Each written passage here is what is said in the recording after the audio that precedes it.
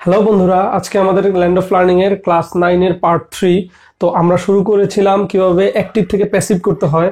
তো ওইখানটাতে আমরা ক্লাস 1 এবং ক্লাস 2 তে দেখেছি কিভাবে অ্যাসার্টিভ সেন্টেন্স গুলো অ্যাক্টিভ থেকে প্যাসিভ করতে হয়, এবং আমরা ক্লাস 2 তে ইন্টারগ্রেটিভ দেখেছি। আজকে ক্লাস 3 এর মধ্যে ইন্টারগ্রেটিভের কিছু অংশ বাকি ছিল। আমি বলেছিলাম যে আমাদের WH ওয়ার্ড দিয়ে কিভাবে আমরা অ্যাক্টিভ থেকে প্যাসিভ করব, সেটা একটু বাকি ছিল, সেটা এখন দেখবো। তো দেখো, আমাদের ইন্টিগ্রেটিভে যে WH ওয়ার্ড আছে, WH ওয়ার্ড বলতে আমরা কোশ্চেন করার সময় যে ওয়ার্ডগুলো ইউজ করি, হতে পারে সেটা what, how, when, where, which, whose, whom, who. তো এই সবগুলো ওয়ার্ড, তো এই সবগুলো ওয়ার্ডের মধ্যে যেমন এখানে লেখা আছে, জাস্ট দুইটা ওয়ার্ড জাস্ট খেয়াল করো। হু থাকলে হু এর জায়গায় আমরা অ্যাক্টিভ থেকে প্যাসিভ করার সময় বাই হুম লিখবো, এবং বাই হুম অথবা হুম যে কোনো একটা ওয়ার্ড থাকলে আমরা এই জায়গায় অ্যাক্টিভ থেকে প্যাসিভ করতে গেলে হু লিখবো। এই দুটো ওয়ার্ড জাস্ট উল্টা। তার মানে অ্যাক্টিভে যদি হু থাকলে আমরা প্যাসিভ করতে গেলে বাই হুম বসাবো, এবং অ্যাক্টিভে যদি বাই হুম বা হুম প্রথমে থাকে তাহলে প্যাসিভ করতে গেলে হু বসাবো। এখন এটা প্রথমেই থাকবে, কারণ কেন প্রথমে থাকবে? আমরা যখন কোশ্চেন করি কাউকে, তখন WH ওয়ার্ড গুলো প্রথমেই বসে। এই দুইটা ছাড়া আমি যতগুলো ওয়ার্ড বললাম, এছাড়াও অনেক ওয়ার্ড আছে।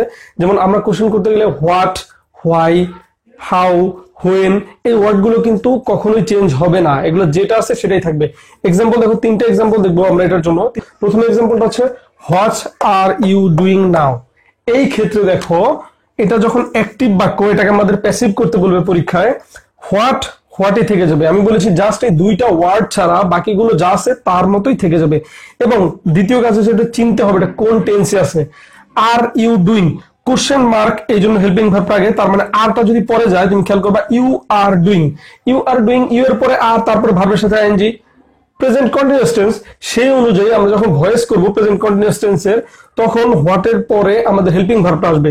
এখন হেল্পিং ভার্বটা ধরো এখানে তুমি জানতেছো না, এখন কি আসবে? হেল্পিং ভার্বের পরে কিন্তু আমাদের বিং ছিল ভয়েসের। খেয়াল করে দেখো যে প্রথমে অবজেক্ট আসবে, অবজেক্টের পরে একটা হেল্পিং ভার্ব, তারপরে বিং, তারপরে ভি3। তো বিং কথা আনছি, ভি3 কথা আনছি, বিং, এই যে ভি3 ডু ছিল, ডু ডিড ডান, তারপরে বাই, সাবজেক্ট ছিল ইউ, ইউটাও লাস্টে চলে গেল। তার মানে হোয়াট এই ক্ষেত্রে এখানে ইজ হয়েছে, কারণ একটা ব্যক্তি একটা কাজ করতেছে। What are you doing now মানে হচ্ছে তুমি কি কাজ করতেছো, তোমাকে আমি প্রশ্ন করলাম। সেই ক্ষেত্রে কিন্তু what is being done, what are being হবে না, যে তুমি কতগুলো কাজ করতেছো। What is being done by you, লাস্টে নাও ছিল, আমি নাওটা লাস্টে রেখে দিছি, কারণ এটা আমি বলেছি যে বাই এর আগেও আমরা বসাতে পারি এই ওয়ার্ডগুলো, যেমন এরকম যত রকম এক্সটেনশন থাকবে, অথবা আমরা বাই এর মানে বাই এর পরে যে সাবজেক্ট এটার পরে আমরা বসাতে পারি। মজার ব্যাপারটা হলো যে আমরা যে পরীক্ষা দেই, আমাদের পরীক্ষায় এই ইন্টারগ্রেটিভ যদি আসে WH ওয়ার্ড, এখানে কোনো সাবজেক্ট থাকে না আমাদের, কিন্তু এখানে মানে সাবজেক্ট বলতে আমরা যে সাবজেক্টটাকে অবজেক্ট করতেছি সেটা আছে, বাট আমরা যে একটা অবজেক্টকে সাবজেক্ট করব সেটা কিন্তু আমাদের এখানে নাই। এটা মোটামুটি থাকেই না, মোটামুটি যেহেতু যদি থাকে তাহলে আমরা ইজ এর পরে সেটা বসিয়ে দেবো, যেহেতু ছিল না। তার মানে what is being done by you now, তার মানে আমাদের সেই 9টা স্ট্রাকচারই কিন্তু আবার দেখতে হচ্ছে, যেটার ভিতরে মানে টেন্স অনুযায়ী ছিল। এটা হচ্ছে প্রেজেন্ট কন্টিনিউয়াস টেন্স। দ্বিতীয়টা দেখো, যেমন এখানে হোয়াট ছিল, এখানে যদি হাউ, হোয়ার, হোয়েন এরকম কথাগুলো থাকে, কখনোই সেগুলো চেঞ্জ হবে না। চেঞ্জ হবে হচ্ছে এই যেটার দিকে, who, who will help you. Who আছে এই জন্য আমি বাই হুম লিখেছি, by whom. Will help you, তার মানে এইখানটাতে তুমি দেখো উইলটা জাস্ট আগে আছে, হু উইল হেল্প ইউ। খেয়াল করে দেখো উইল কোথায় আছে? Future indefinite tense. তাহলে ফিউচার ইনডিফিনিট টেন্সই যদি হয়, সে অনুযায়ী কি হবে? বাই হুম, তারপর আমাদের মানে ভয়েস চেঞ্জের যে নিয়ম ছিল ফিউচার ইনডিফিনিট টেন্সের, উইল, তারপরে হচ্ছে বি, তারপরে ভি3, উইল বি হেল্পড। এখন আমাদের ইউ আছে, ইউটা অবজেক্ট, আমি এখানে সাবজেক্ট হিসেবে আনবো। তার মানে উইলের পরে এই ইউটা আসবে, কারণ আমাদের হেল্পিং ভার্বের পরে নিয়ম হচ্ছে আমরা যখন ইন্টারগ্রেটিভ করবো, ইন্টারগ্রেটিভ থেকে ইন্টারগ্রেটিভ করতেছি, ইন্টারগ্রেটিভ করার ক্ষেত্রে আমাদের হেল্পিং ভার্বের পরে আমাদের যে অবজেক্ট থাকবে সেটা আমরা সাবজেক্টে আনবো, সেটাই হচ্ছে আমাদের ইউ। যেমন এইখানটাতে হেল্পিং ভার্বের পরে আসবে by whom will you be helped. এই ক্ষেত্রে দেখো উইল বি ভি3, মানে modal auxiliary plus be plus ভি3 আমাদের ফিউচার ইনডিফিনিট টেন্সের যে রুলস ছিল, এবং জাস্ট এখানটাতে উইলটা জাস্ট আগে আসছে, you will be helped, just ইউটা পরে চলে গেল। তারপরটা দেখো হুম, ধরো এই বাক্যে, আচ্ছা আগের বাক্যটার কথা একটু বলে নেই, এখানে কিন্তু বাই কথাটা আসে নাই, বাই কথাটা আসবে না, যেহেতু আমি বাই হুম আগেই লিখে ফেলেছি আমরা বাই হুম, এই জন্য এখানটাতে বাই আসবে না।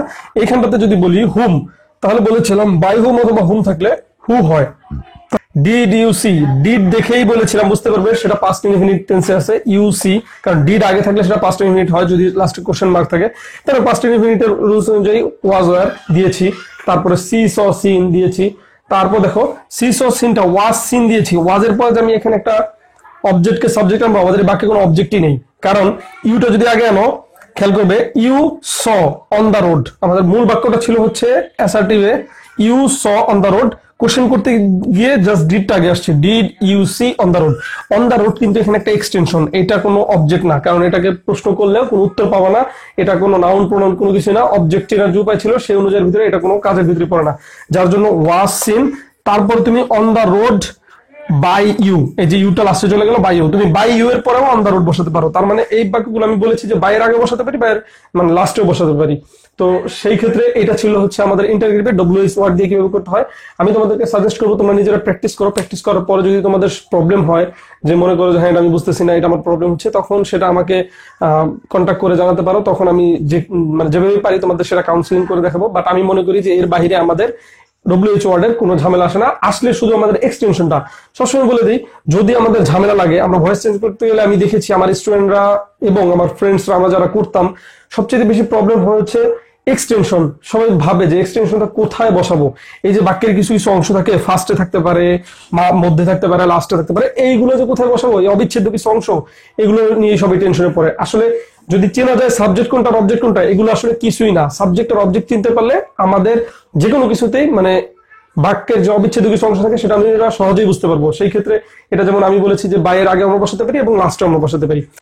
এখন হচ্ছে আমাদের ইম্পারেটিভ সেন্টেন্স। তো ইম্পারেটিভ সেন্টেন্সের ভয়েস চেঞ্জের ক্ষেত্রে আমি কিন্তু তোমাদের যে একটা শিট দিয়েছি, সেই শিটটা গুগল ড্রাইভ লিঙ্কে যেটা দেওয়া আছে, সেই শিটে কিন্তু নিচে একদম নিচে দেখতে পারবে যে একটা স্ট্রাকচার বলা আছে। সেই স্ট্রাকচারটা হচ্ছে যে যেমন প্রথমে ইম্পারেটিভ সেন্টেন্সের লেট থাকবে, তারপরে অবজেক্ট থাকবে, তারপরে বি, তারপরে ভি3 এবং শেষ হবে বাকি অংশ বাই সহ, মানে একটা প্রিপোজিশন সহ। এখন প্রিপোজিশনটা কখন আসবে আমি বলে দিচ্ছি।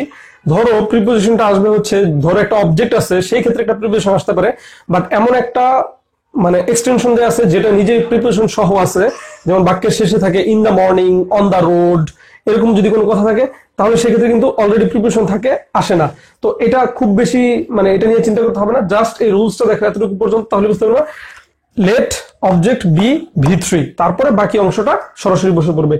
এখন লেট দিয়ে শুরু হয়, ইম্পারেটিভ সেন্টেন্স চিনবে কি করে? আমি কিন্তু তোমাদের একটা টিপস দিয়েছিলাম যে ইম্পারেটিভ সেন্টেন্সটা হচ্ছে প্রথমে ভার্ব দিয়ে কোনো বাক্য শুরু হচ্ছে কিনা। যেমন আমি এখানে যে 5টা এক্সাম্পল দেখাচ্ছি, 60 প্রথমে ভার্ব দিয়ে শুরু, তারপরে লেট নিজেই একটা ভার্ব, গিভ একটা ভার্ব, ডু ভার্ব, তারপরে নেভার ভার্ব। তুমি প্রত্যেকটা দিকে খেয়াল করো, প্রত্যেকটাই কিন্তু প্রথমে ভার্ব দিয়ে শুরু হয়েছে। তারপর প্রথমে ভার্ব দিয়ে শুরু হলে সেটা ইম্পারেটিভ। প্রথম এক্সাম্পল, শাট দ্য ডোর, শাট আছে, শাট দ্য ডোর দেখতেই পারলাম, এটা ইম্পারেটিভ। সেই ক্ষেত্রে let the door be ভি3, shut shut shut, ভি3 shut, let the door be শাট। এইখানটাতে আমি লিখছি do not shut the door. এই ক্ষেত্রে দেখো জাস্ট এইটার এটা সেম, এটাকে নট বানানোর জন্য, যেমন এখানে নট ছিল না, এখানে নট বানানোর জন্য ডু কথাটা আনতে হচ্ছে, যার জন্য do not shut the door same কথাই আসবে, let the door be shut. Not কথাটা যদি আমাদের থাকে, লেটের পরে আমরা নট বসিয়ে দিব। সিম্পল একটা কথা যে আমাদের নেগেটিভ কথা যদি থাকে আগের বাক্যে, আমরা যখন নেগেটিভ করবো ভয়েস করতে গেলে, লেটের পরে আমরা সেই নেগেটিভ ওয়ার্ডটা বসিয়ে দিব। যেমন এখানে নট ছিল, নট বসছে। Second example, let me help you. এই ক্ষেত্রে দেখো লেট লেট, কারণ লেট নিজেই একটা ইম্পারেটিভ, যেহেতু একটা এটাকে বলতেছে প্যাসিভ করতে, নিজেই ইম্পারেটিভ আছে। লেট ইউ ইউ, তারপরে বি ভি3, মি যেহেতু এখানে সাবজেক্ট আছে লাস্টে চলে যাচ্ছে। আমি বলেছিলাম ধরো এই ক্ষেত্রে সাবজেক্ট যদি থাকে সেই ক্ষেত্রে কিন্তু আমি বাই বসাবো, তারপরে me.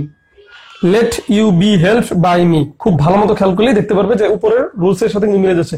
Please give me a বুক, এইটার ভিতরে দেখো মি একটা অবজেক্ট, এ বুক একটা অবজেক্ট, একটা হচ্ছে ডিরেক্ট অবজেক্ট, একটা ইনডিরেক্ট অবজেক্ট। আমি যেটা তোমাদেরকে বলেছিলাম, যেমন গিভ মি এ বুক, গিভের সাথে এ বুক আছে, তার মানে যেটা সরাসরি দিচ্ছে সেটা হচ্ছে ডিরেক্ট অবজেক্ট, এবং যাকে দিচ্ছে সেটা হচ্ছে ইনডিরেক্ট অবজেক্ট। তার মানে যেটা দিতেছে সেটাই ডিরেক্ট, আর যা দিতেছে তা হচ্ছে মানে যাকে দিতেছে তা হচ্ছে ইনডিরেক্ট। সেই ক্ষেত্রে আমরা দুটাকে অবজেক্ট ধরে নিব, আমরা যদি যারা না জানি যে ডিরেক্ট কোনটা ইনডিরেক্ট কোনটা। সেই ক্ষেত্রে এখন আমরা কি করব, আমরা এখান থেকে যে কোনো একটা অবজেক্ট চুজ করে নিব। যেমন প্লিজ প্লিজ, এই বাক্যের জন্য লেট লেট, তারপরে এ বুক, ধরো আমি এখানে এ বুক ধরেছি, লেট মিও দিতে পারতাম। তোমরা যেটা খুশি সেটা দাও, তোমরা যদি অবজেক্ট ধরতে পারো যে এটা একটা অবজেক্ট, এটা একটা অবজেক্ট, তুমি যেটা খুশি সেটা ইউজ করতে পারবা। লেট এ বুক, এ বুকটা দিলাম, তারপরে বি ভি3, গিভ গিভ গিভেন ভি3। এবার মি কথাটা রয়ে গেছে, যেহেতু মি কথাটা রয়ে গেছে, লেট এ বুক গিভেন কার কাছে, আমাকে দিবে, যেহেতু এখানে বাই প্রিপোজিশনটা আসে না, টু মি, আমার কাছে, আমাকে দেওয়ার জন্য। তারপরে যেমন এটা দেখালাম নেভার টেল এ লাই, এটা যদি খেয়াল করো নেভার কথাটাই না, যেহেতু আমাদের ইম্পারেটিভ এখানে না আছে নেভার কথাটাই, আমরা এখানে তার মানে আমাদের নট বসাইতেই হবে। তো এটাকে আমি দুই ভাবে করতে পারি, লেট দিয়ে শুরু করবো তো অবশ্যই, লেট নেভারটাই এখানে রেখে দিতে পারি, let never a lie be tell told told v3, let a lie, let never a lie be told. তারপরটা আমি এভাবে দিতে পারি, লেট এ লাইটা আনতে পারি, এই নেভার কথাটা তারপরেও দিতে পারি, let a lie never be told. Never কথাটা একটা নেগেটিভ ওয়ার্ড, এটা আমি লেটের পরে বসাতে পারি, তারপরেও আমি বসে দিতে পারি, দুইটা বাক্যই রাইট। তো তো আমরা ইম্পারেটিভ সেন্টেন্সটা এইভাবে চিনতে পারবো যে ইম্পারেটিভ সেন্টেন্সটা প্রথমে ভার্ব দিয়ে শুরু হচ্ছে এবং যে কোনো কিছুকে ইম্পারেটিভ করা যায়। এখন যদি আমি এখানে বলি তোমাদের, ধরো বললাম তোমাদের উদ্দেশ্যে যে একটা আমি ইম্পারেটিভ সেন্টেন্স বললাম, চেঞ্জ দ্য ভয়েস, তারপর আমরা কিন্তু ভয়েস চেঞ্জ করতেছি, সেটার উপর ভিত্তি করে বললাম যে চেঞ্জ দ্য ভয়েস, এটা কিন্তু একটা ইম্পারেটিভ সেন্টেন্স। তো সেই ক্ষেত্রে কিভাবে করতে হবে, let the voice be changed, এরকম মানে কথাগুলো হচ্ছে যে প্রত্যেকটা কথাই আমাদের যেখানে প্রথমে সাবজেক্ট দিয়ে শুরু হবে সেটা ইম্পারেটিভ সেন্টেন্স। তো এই ছিল আমাদের ইম্পারেটিভ সেন্টেন্সের ভয়েস চেঞ্জ। তো আমাদের কিন্তু এখানেই মোটামুটি ভয়েস চেঞ্জ শেষ হয়ে গেল, কিন্তু আমরা শিখলাম হচ্ছে অ্যাক্টিভ থেকে কিভাবে প্যাসিভ করতে হয়। আমরা কিন্তু এখন উল্টোটা আসবো, প্যাসিভ থেকে কিভাবে অ্যাক্টিভ করতে হয়। প্যাসিভ থেকে অ্যাক্টিভ করার জন্য একটা ক্লাসই যথেষ্ট, একটা ক্লাসে সিম্পলি কিছু পার্ট দেখিয়ে দিব এবং যদি সংকুলন হয় আমরা কয়েকটা এক্সাম্পল করব, এক্সারসাইজ করব, যেগুলো বিভিন্ন বোর্ডে আসছে, যেটার ভিতরে বড় বড় লেজ থাকে, আমরা যেটা ধরতে পারি না, যেটাকে আমি এক্সটেনশন বলি, যে বিশাল একটা লেজ রয়ে গেছে, আমরা সেটা কোথায় বসাবো জানি না। যদি সম্ভাবনা থাকে, আমাদের পসিবল হয়, আমরা তাহলে কয়েকটা এক্সারসাইজ সহ দেখবো, বিভিন্ন ঢাকা বোর্ডে, বিভিন্ন বোর্ডে আসছে রিসেন্টলি, সেই বোর্ডের গুলা কলেজের বই থেকে নিবো আমি। তো আশা করছি তোমরা সেগুলো দেখবে এবং এইগুলো শেখার পরে লাস্ট পার্টটা দেখলে তোমাদের খুব ক্লিয়ার হবে যে কিভাবে প্যাসিভ থেকে অ্যাক্টিভ আসতে হয়। ওটা খুব সিম্পল, কিছুই না, আমরা যাই শিখছি সবকিছুই জাস্ট কয়েকটা সাবজেক্ট চুজ করার জন্য কি কি করতে হয় সেই ক্লাসে আমরা সেটা দেখবো। তো আমি আশা করছি তোমরা সেই ক্লাসে অবশ্যই জয়েন করবা এবং ততক্ষণ অবধি সবাইকে আল্লাহ হাফেজ।